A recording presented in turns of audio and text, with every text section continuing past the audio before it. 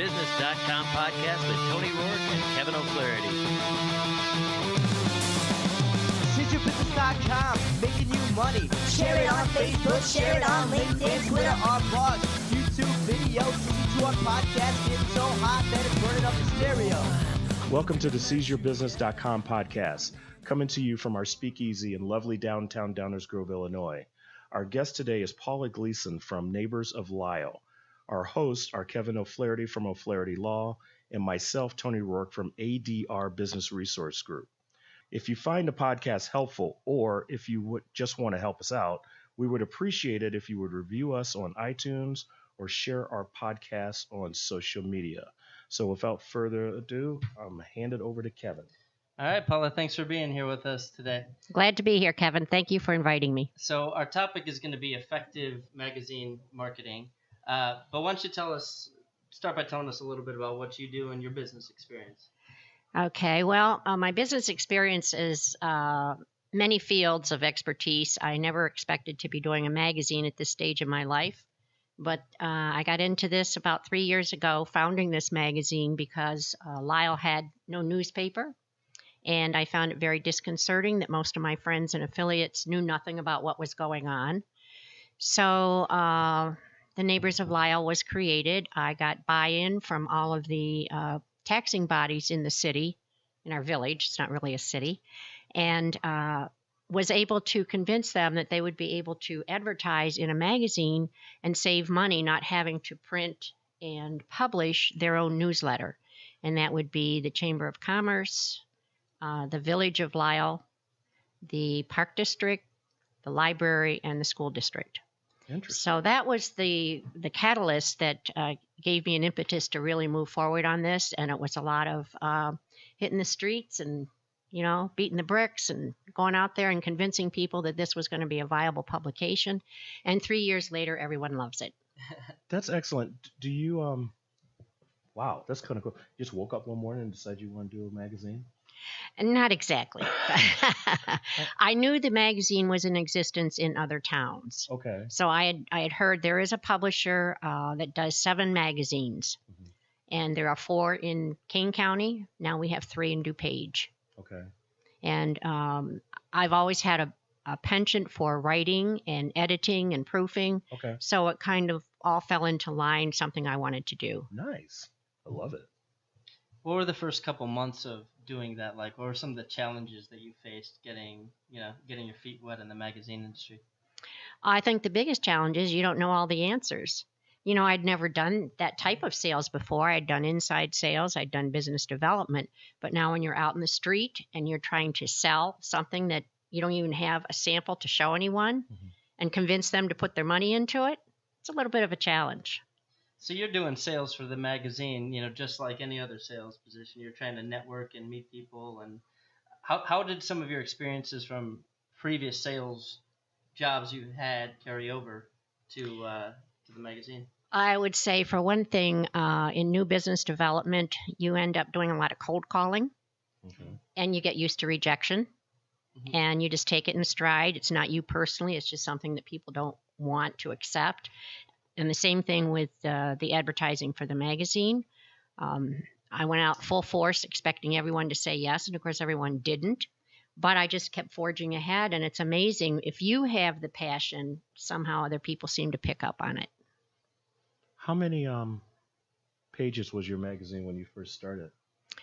32 pages. And how many are there now? It varies. It varies between 28 and 32, okay. And that depends on the amount of editorial content I have, the news items, the photographs, and of course the number of ads.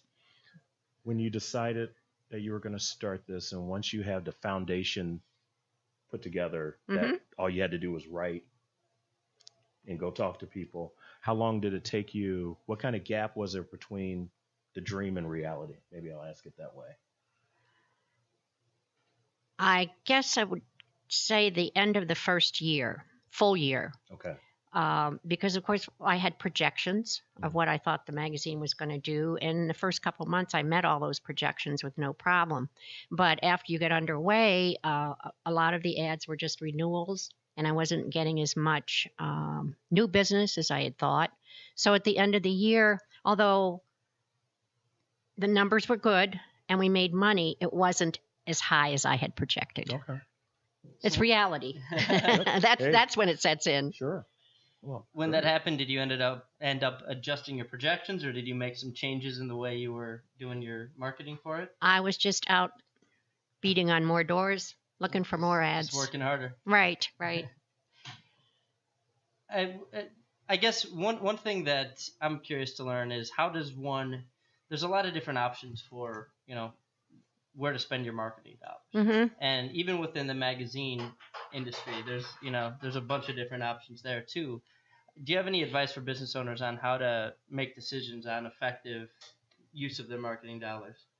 Sure. I think that people nowadays seem to think that print advertising is going away and everything is going to be media, social media, and that really isn't happening. In fact, I read an article not too long ago that Google, who of course promotes everything on the internet, was doing about a third of their pursuit in actual print advertising.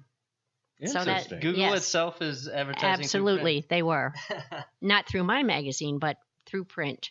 That's funny. And one of the things I've been faced with, certain advertisers will tell me, well, I'm going to do door hangers. That's just much more effective. And I always counter that, well, a door hanger goes on the door. They see it one time. If they need that product right then, they'll buy it. Otherwise, that usually goes in the Right in garbage. the garbage. But the magazine, it comes out every 2 months. And because it has a calendar in there of 2 months of activities, people tend to keep it. Mm-hmm. So your ad is being viewed daily almost for 2 months. Now, can you tell me the difference between advertising in a hyper local magazine like yours Mhm. versus a magazine with a larger geographical scope? What are the advantages and disadvantages? Again, it would depend on what market you're pursuing to advertise. Now, where I am, there are more mom and pop businesses than large businesses. We only have a few big industries in the Lisle area. I've had one or two of them advertise with me, which I think is very generous. They're doing it out of the goodwill of their heart. They're certainly not going to get any business from a resident. And I would say for larger companies, the small magazine isn't their forte. Mm-hmm. We're reaching every resident in Lisle. A large company would want to meet probably people throughout the state, maybe throughout the United States. Yeah. And kind of a similar question, when you're presented with the option of having that little ad in the corner for a very cheap price versus the, full page ad, Mm-hmm. what have you seen as the difference in actual value that business owners get from getting the, larger ads versus the smaller ads? I think some of the people that do a full page ad aren't doing it every issue. They're doing it for emphasis. People are really, really going to see that. And it's usually a company that's already well known. Okay. The other companies that are doing the smaller ads, they put them in consistently. And that to me is marketing. You have to have your name out there consistently if you want people to remember you. You put it in one time and people will see it, maybe say it's for real estate. And you don't need to buy or sell this month. You saw it, you put it aside, and maybe 6 months later, like, who was that guy? I want to put my house up for sale. And they're not going to remember. But if it's in there every issue, all they have to do is pick up the magazine and they'll find you. So a lot of the goals that you've got with print marketing isn't necessarily, like you're not going to expect to get a call directly from that ad. You're just getting Right. enough touches. Do they say it's like 7 times someone has to see your name? Right, before it right. really makes an imprint in the brain. And there are people that want to take it out. They'll say, I just want to take it out one time to see how it goes. And I tell them right up front, that's a mistake. You're not going to have, I shouldn't say you're not going to have, you probably won't have a lot of phone calls from one ad. It's got to be something that someone needs at a certain time, Mm-hmm. and then they'll can't- call you. And you can't predict that. No. I work in the area of online marketing, and I'm a technologist. And what I try to tell people is the same type of thing. What you're going for is top of mind awareness. That's it. Mm-hmm. And one time, there's no top, there's no mind, there's no awareness. Right. If you're only doing one ad, every 2 months? Every 2 months, yeah. Are these get sent to people's homes? Through the U.S. mail. Through Yes, the they mail? do. Okay. Mm-hmm. Nothing is bulk dropped or anything like that. They all go to each individual address, even in apartments and condos. Interesting. Are there particular types of businesses that you found especially could use print marketing effectively versus other types of businesses? The people that seem to like it the most are real estate, insurance, financial organizations, banks, chiropractors. I would like to get some more attorneys interested. Consider me interested. That was good. I don't know if y'all heard that, but that was good. Come on my podcast, you'll be top of mind. I'll tell you that. That was your easiest cold call ever. Was that subtle? That was good. So speaking of attorneys being interested, one of the hesitations I've always had to print marketing is that I find that I'm afraid that it's going to be hard to track where my business comes from. Mm-hmm. And I know there's strategies that you can use to actually track that. Do you have any suggestions for people who want to use print marketing but want to have trackable print marketing? I would say the obvious thing is when someone comes in, how did you hear about me? Mm-hmm. Or more directly, did you happen to see my ad in Neighbors of Lyle magazine? And people, have you found that people are actually pretty responsive? They'll actually say, not just I've heard about you around town, but I saw your ad in Neighbors of Lyle. Well, the thing is, they may not volunteer that when they come in. They may have seen it. That may be why they're there. They're just not going to tell you that unless you specifically ask them. Other organizations like carpet cleaning and things like that, they'll put in a discount. The car wash, they put in little coupons. Well, they know how many come back. Sure. Are there other little tricks like I've heard on the radio, like mention this, hashtag such and such. Mm-hmm. Is that what you're talking about with the discount? Right. So right. if they mention that, they get a discount. They get a discount. Then you know where your marketing dollars Yes. coming from. I certainly encourage that more than cutting out the coupon because I really don't want people to cut up the magazine if they don't have to. Sure. Do you think that's a more effective strategy than setting up like a separate call-in line for each different, ad you're going to place? Oh, yeah. Because I guess what you're saying is you've got to place a bunch of these ads in a lot of different places to be effective, and if you can't set up 50 phone lines, right? That's right. Okay. Yeah. So you've done a lot of stuff in your life. I know when we sat down and had coffee, I was kind of blown away by all the stuff you've been involved in. Can you talk to us a little bit more about what you were doing before the magazine? Well, yes, I have been in several businesses. I've been in finance, and I've been in I was in banking, new business development for several companies. I've been a real estate agent. I've been a real estate broker. I've been a stockbroker with Payne Weber way back when. Wow. I was a paralegal with VMS Realty, which was limited partnerships way back when. Human resources with McDonald's Corporation. You've done a lot of stuff. Property manager. I've been around a while. All right, you said that. I did. So one of my favorite questions to ask people, and I ask this to almost every guest, what are some of the lessons that you've learned in the course of your experience that maybe you'd tell your younger self when you're just entering the business world, or that you could pass on to the business owners who might be listening? Well, there's a couple things. One is don't procrastinate. If you have something to do, do it now. If you don't have time for it now, you're not going to have time for it later. So that's really an important thing, not to put things off. Treat other people like you want to be treated. Think of yourself in the other person's chair when you're presenting something to them, how you would accept it and how you would like people to react. When I'm on the phone, I keep a mirror right on my desk so that I see myself and I'm smiling all the time. That's a cool trick. I've never heard that one before. And I think it helps. Yeah, you want to sunny. You can tell when someone's not smiling on the other end. Absolutely. Sure yeah. You don't want to be dealing with those types of people. So. Mm-hmm. And it's something anyone can do. You can have just a small little something on your desk that can either be a regular mirror or a reflection, but you're seeing yourself. And if you smile while you're talking, it comes across. I can even hear it just now. Like it just did. Yeah. Right. Yeah. Procrastination is a tough thing because one of our previous guests, I forget who it was that mentioned this, is was talking about opportunity cost, because that was Doreen Petty was saying that when you say yes to one thing, you're saying no to all the others. So a lot of times for business owners, it's not necessarily procrastination. It's just something doesn't, make it up to their priority list, or they put off the stuff that they don't want to do. In the book, Eat That Frog, they say you got to do the stuff you really don't want to do first, and make that your modus operandi is to tackle the ugly tasks first, get it out of the way, and then everything after that is progressively easier. Did you have any tricks that you use to avoid procrastination? I can't say that I have tricks. I just know that if I don't meet my deadline, I'm my own worst enemy. And when I do have deadlines, I push them ahead for myself. If I have to have something done by the 1st of the month, I put it on my calendar the 24th of the month before. And I do that with just about everything I do.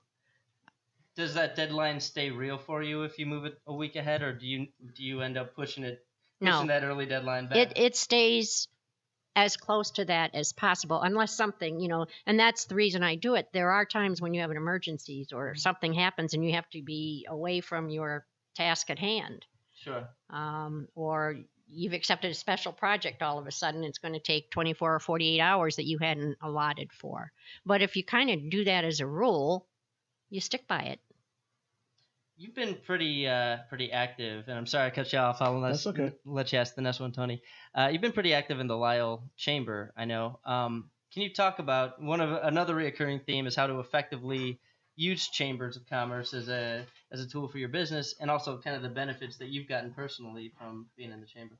I've been with the chamber, I'd say about 14 years, and every moment of it has been productive. I've been very active in all of their committees, and through that, you meet a lot of people that you network with. And of course, when I started the magazine, it was like I knew so many people. It was easy to call on for my business. But it's also good for referrals. When someone comes to me and said, do you know anybody in such and such industry? I can almost always find someone in that industry. I found that when I was starting the podcast, having done a lot of networking for the law firm, when we think we want to do an episode every week, man, there's 52 really good guests we got to book. Well, we've got people lined up around the door to do it because we had built up that network of people. It's really easy. I haven't moved much past, my personal friends yet even. So having that network helps you with whatever pursuit you want to do. Like, does that mean I'm his personal friend? I think you can read into that. No, the chamber is very advantageous. It's good for business, but it's also a good social network. And we have so many activities where everyone comes out and they don't talk business for a while. They just socialize. Then we have, of course, our seminars and info sessions. And I think everyone takes advantage of both ends of what's offered through the chamber. Excellent. And of course, I'm with, I've been on their board. I was chairman of the board. I felt that I contributed that, and that was really important to me, not just to have that name, just changing some of the business principles and some of the things that we were doing and getting new members into the chamber. I've been on the West Suburban Community Pantry Board for about 6 years, and that is just so rewarding. But again, I'm meeting people from all walks of life, and it's expanded my horizons a lot. How did you start getting on those boards? Did you ask to be on them or apply, or did someone reach out to you and say, we have a position, we'd like you to fill it? Yeah, I've pretty much been asked for everything. Does that just come from being well networked and I think so. Well, and being a volunteer. That's where all this starts. I'm just always willing to help people, and I started working with the village. I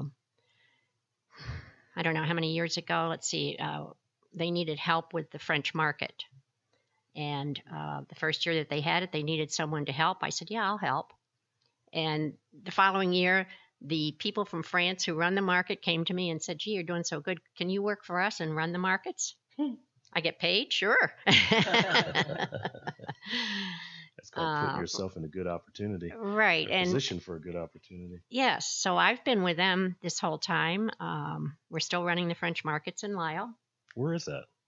It up until now, it's been at the Metro train station. Okay. This year, we're relocating over to the beautiful Prairie Walk Pond, which faces Route 53. Oh, okay. With the fountain. The fountain. The big fountain. Okay. So we'll be there 6 months out of the year, start May 2nd. How do you, when you're choosing how to allocate your time, volunteering is important for a lot of reasons. As a lawyer, a lot of times, if you want to build your practice, you do some pro bono work to get your name out there and meet other potential clients. But how do you balance the time you're spending as a volunteer versus the time you're spending actually, making money in your business? Because that's a struggle I've had personally. It is a struggle. Again, it's your priorities. It's where you see the need at the moment. Your work has to come first because that's where your money comes from, and you have to have food on the table. But all of that excess time, I allocate. I have folders and files and little sticky notes that I remind myself I want to do this, I want to do that, and you fit it in when you can. Have you ever gotten to the point where you're like, I'm fully booked. There's nothing more I can take on right now? I try to, but somehow I always say yes. Well, that's a good way to be successful in any area of your life, is to say yes to things and not turn down opportunities, because you never know what's going to come from any given opportunity, even if it doesn't look great. I've been doing a lot of fundraising lately. And I keep thinking maybe this should have been my career because I like doing it. What have you been fundraising for? Well, two things. One was for the chamber. We have an annual dinner dance, which is Dancing with the Chamber Stars.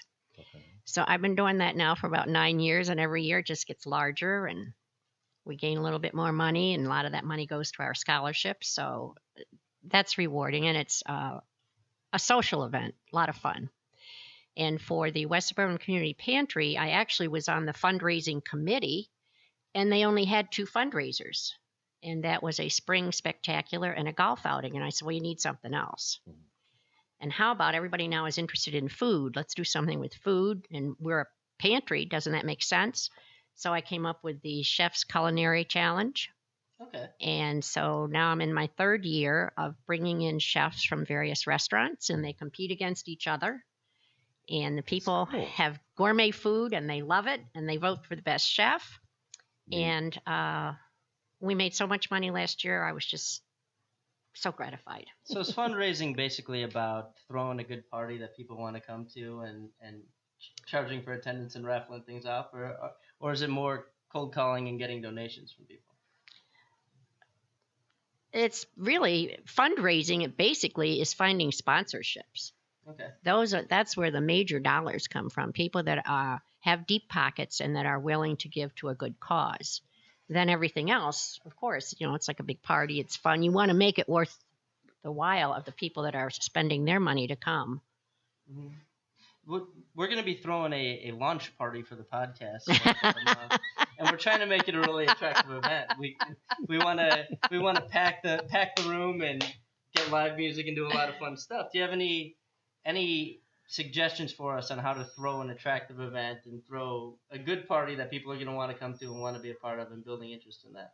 Sure. You start out with save the date. You have to put that out right away, let people know when you're going to have it and how important it's going to be, what fun it's going to be, and then you line up whatever is your headliner, whether it be a speaker, an entertainer, a dancer, a music, band, whatever it is. Good food. Sure. Good drinks. Not a problem. Tony just pointed to our bar and our speaking. So just throw a good party, it sounds like, and let people know about it, right? Oh, yeah, absolutely. All right. Well, one last question for you, Tony. Are you itching? I got one. Yeah, go for it. I find your careers fascinating, and in the context of what this is about is to help the business owner. Mm-hmm. A lot of people out there are going to be doing cold calling, have to do that business development. You have any tips on the cold calling part itself? The cold calling itself. One thing is, do not be afraid of cold calling. I think people just hear that word and they tell me, I'm afraid. Mm-hmm. There's no reason to be afraid because the people on the other end don't know you as a person. What you're trying to do is usually get through a layer of people to get to the person you want. Mhm. So you originally just want to introduce yourself, repeat that person's name. You know, you want to get on a friendly basis with them. And I haven't been to your office lately. You can maybe tell just a little story Okay. that has management changed at all? And who do you think would be the best person for me to talk to? I mean, you have to try and get your way in. That's the major thing, getting in.